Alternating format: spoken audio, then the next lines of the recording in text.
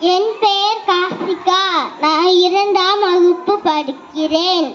Plastic பையை தவிர கைப்பையை எடுக்க தவிர முடிந்தால் நடந்து செல். உன் குப்பை உன் பொறுப்பென்றன. மிதிவண்டியில் பயணம் செய். குப்பையை தரம் விரி.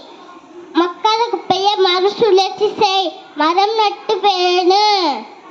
மாற்றம் நீ என்றுணர். மக்கும் குப்பையை உரமாக்கு. துப்புறது தொழிலாளி மனிதன் என்றுணர். மழை நீரை சேகரி.